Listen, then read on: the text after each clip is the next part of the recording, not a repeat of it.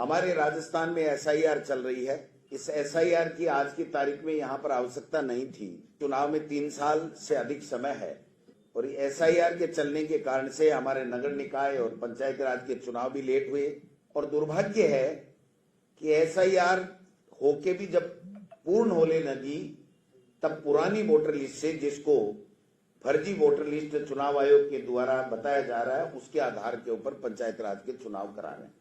SIR में जो प्रक्रिया चली उसमें हमारे बीएलए ने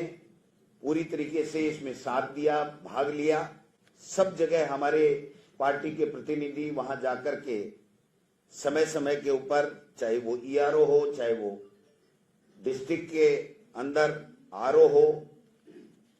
डीआरओ हो, चाहे चुनाव आयोग, मुख्य चुनाव आयुक्त और हमारे राजस्थान के नवीन महाजन साहब हों, सबके साथ में हमने बराबर संवाद किया और बराबर हमारी पार्टी ने सहयोग किया कि एसआईआर के दावे और आपत्ति के आखिरी जब 3-4 दिन रहे तो यहाँ पर राजस्थान में बीएल संतोष जी, जो इनके महामंत्री हैं संगठन के, वो यहाँ पर आए, गुप्त बैठकें हुई और दिशा निर्देश जारी किए एसआईआर में किस तरीके से क्या करना है। उसके बाद में अमित शाह जी आए, उन्होंने आप सबने चलाया कि 4 घंटे तक सीएमआर में बैठकें की गई। उन्होंने अपने हिसाब से क्या इनको निर्देश दिए और उसके बाद में आनन फानन में सीएमआर से हर विधानसभा क्षेत्र में एक पेन ड्राइव देकर के एक डाटा दिया गया। वो डाटा के आधार के ऊपर ब्लैक फर्जी हस्ताक्षर करके और प्रिंटेड फॉर्म जो पहले से किसी प्राइवेट कंपनी के द्वारा या बीजेपी के कार्यालय में भराए गए, ऐसे हजारों की संख्या में फॉर्म काफी विधानसभा क्षेत्रों में 1000, 2,000, 5,000, 7,000 इस तरीके के फॉर्म जो फर्जी हैं, कहीं भी बीएलए के कोई हस्ताक्षर नहीं है, नियमों में नहीं आ रहे हैं, क्योंकि नियम यह कहता है कि ड्राफ्ट प्रकाशन से पहले एक बीएलए प्रतिदिन 50 फॉर्म जमा करा सकता है। वो काम पूरा हो गया, ड्राफ्ट प्रकाशन हो गया, उसकी अंतिम तारीख 15 तारीख यानी आज है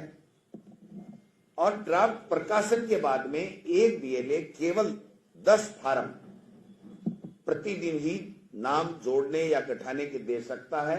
और उसका डाटा चुनाव आयोग को पूरी तरीके से ऑनलाइन उपलब्ध कराना होता है, हाथों हाथ। और ऐसा कराया भी गया, 13-14 तारीख तक कराया भी गया। 14 तारीख तक का मेरे पास में डाटा है। चीफ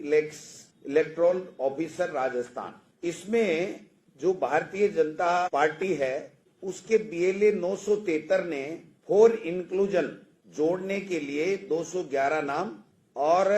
एक्सक्लूजन हटाने के लिए 5,694। ये 14 तारीख का डाटा है। चीफ इलेक्शन ऑफिसर का डाटा है, मेरा डाटा नहीं है।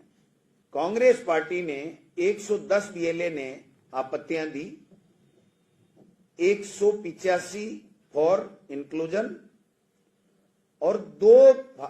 केवल फॉर एक्सक्लूजन। अब 14 तारीख, 13 तारीख शाम को, 15 तारीख को जो pen drive Bharatiya Janata party के नेताओं के द्वारा दिया गया और कुछ इसमें मंत्रियों को जिम्मेदारी दी गई, विधायकों और विधायक प्रत्याशियों को जिम्मेदारी दी गई और आनन फानन में काफी विधानसभा क्षेत्रों में जहां पर या तो कांग्रेस पार्टी बहुत कम मार्जिन से चुनाव जीती या कांग्रेस पार्टी अच्छे मतों से, उनका वोट बैंक ज्यादा था, जहां पर एससी, एसटी, माइनॉरिटी, वहां पर उन फार्मों को दिया गया कि कैसे 10,000 से जीता तो 10,000, 8,000 वोट काटो जिससे उसका मार्जिन कम हो जाए